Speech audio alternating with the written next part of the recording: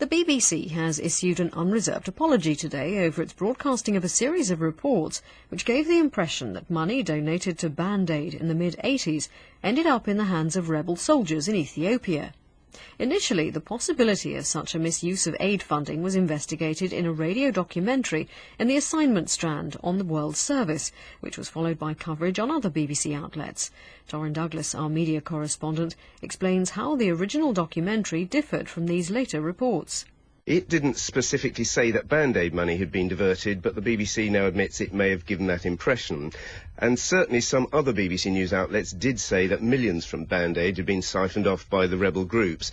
So that's what the BBC has been apologising for. And initially it was standing by the story, and it still stands by the thrust of the story. It says that the thrust of the assignment programme's journalism, that there was evidence that some aid money, though not now, it says, Band-Aids, did end up in the hands of an armed rebel group. So that's why it defended it, and it's on that specific that it's now apologised. When the allegations were first made, they provoked a furious response from the Band-Aid founder, Bob Geldof. If there is any money missing, I will sue the Ethiopian government, who are the rebels who were then fighting the war in Tigray, for that money back now, and I will spend it again on aid. There is not, and let me be specifically clear, not a single shred of evidence that Band-Aid or Live Aid money was diverted in any sense. It could not have been.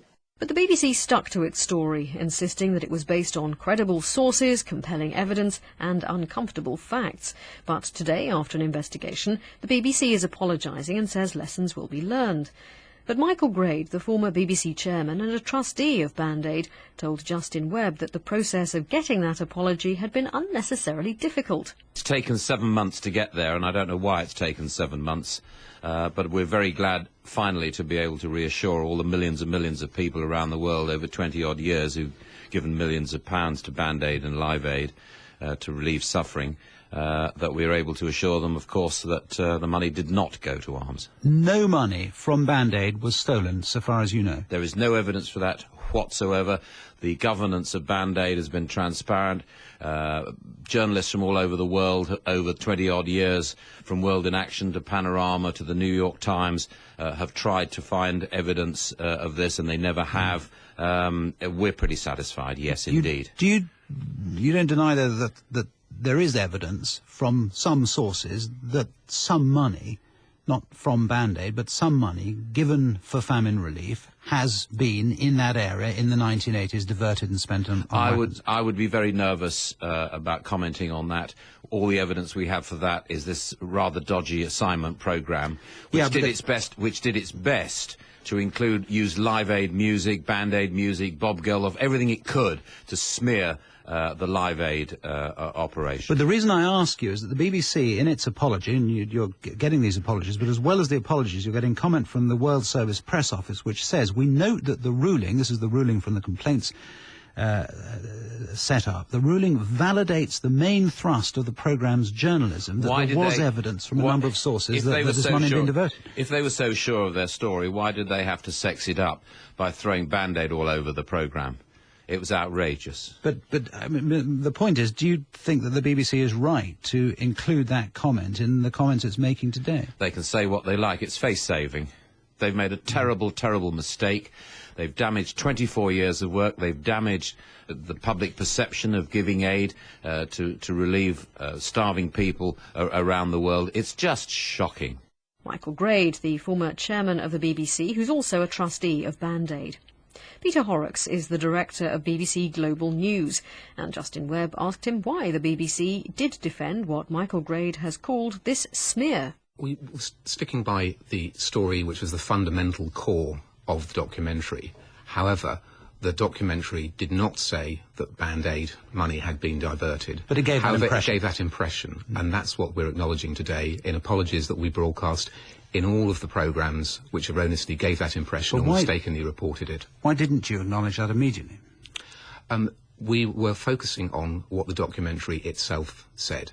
The documentary did not make the claim that Band-Aid money specifically had been diverted. However, we now absolutely accept that an impression was created by the production of the programme, including, for instance, the use of Band-Aid music, that may have been the allegation. And what we should have specifically said was that there was no specific evidence, and we're apologising today to the Band-Aid Trust, and we're also apologising personally to Sir Bob Geldof. I don't understand, though, why it wasn't obvious immediately to you when you looked at the programme and assessed what had been said, why it wasn't obvious immediately that this association could be made by a reasonable person, and that was something that you should apologise for, even if you stuck with the thrust of the story.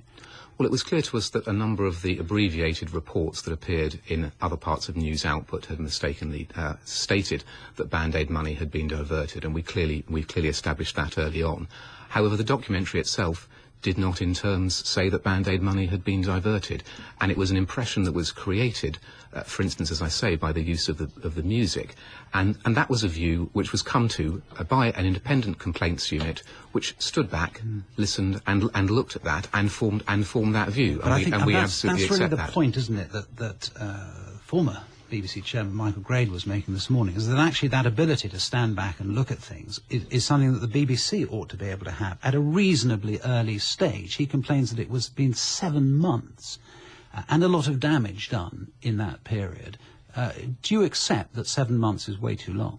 Well, the examination of the complaint was a detailed one. There were lots of detailed aspects of it that have been gone into, and fresh research was done, and the thoroughness of the complaints procedure and the fact that the BBC can wholeheartedly acknowledge where errors have been made, I would regard as being a strength. But when did you, can I ask you specifically then, when you came to understand yourself that the complaint was right and that these reports were misleading?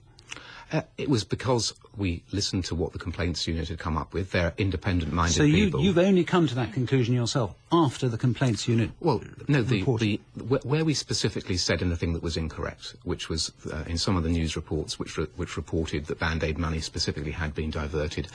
Those were errors that we absolutely acknowledged rapidly. So you immediately understood that was wrong? Yes, we looked at that and we realised that. Why didn't you just say so? Issue an apology immediately? The key aspect of it was the documentary itself. And but just on that point about those, but why didn't you just say, yes, given that you understood immediately that these things were wrong, and you understood the damage potentially was being done, why didn't the BBC just say so, instead of having the Director General saying he stood by the whole thing?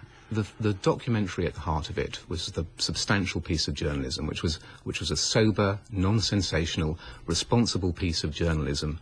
Did not say that, and we were focusing on what that programme, which had been prepared with great care and with scrutiny by the BBC News teams, had or had not said. But in retrospect, you could have apologised really quickly, couldn't you? Clearly, now looking at the totality of the coverage, which is what the complaints unit did, a clear view has been formed, which we absolutely support, that the BBC made mistakes, and that's why we're apologising. Michael Grade said to us this morning someone ought to have their horoscope read to them, and Bob Geldof at one stage called for you to resign. Are you going to? He did initially, but the Band-Aid statement today says that this was quote, an unusual lapse in standards by the BBC and most critically the World Service, and also the Band-Aid statement acknowledges that the role the BBC has played over many years in reporting on humanitarian catastrophes. This investigation was into the corrupt use of aid money, something which I think everyone would agree is an important thing to look into. What I want to do is for the World Service to focus on that journalism that it continues to do, and to ensure that the lessons are learned in terms of how we broadcast, and also how we make sure that erroneous impressions are not created. Peter Horrocks, the director of BBC Global News, talking to Justin Webb.